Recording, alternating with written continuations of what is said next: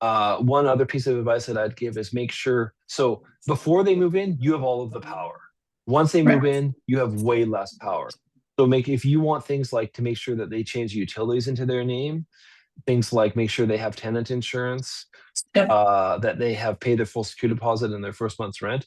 Do all of those things before you give them keys. Because once Okay. you give them keys, you have so much less power in that Yeah. relationship. So we make sure they've changed utilities into their name and give us proof.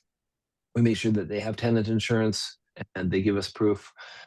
And they've paid their first month rent and security deposit before they move in. So just get all of those things before you hand over the final set of keys. Yeah.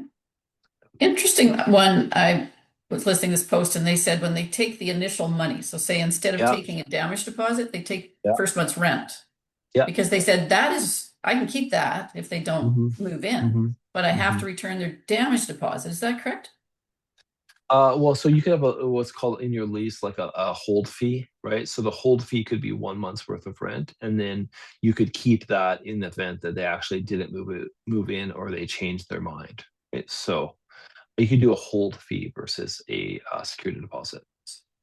Hmm. The other thing I've Okay. heard as well is sometimes people will give like say a half month worth of rent for free.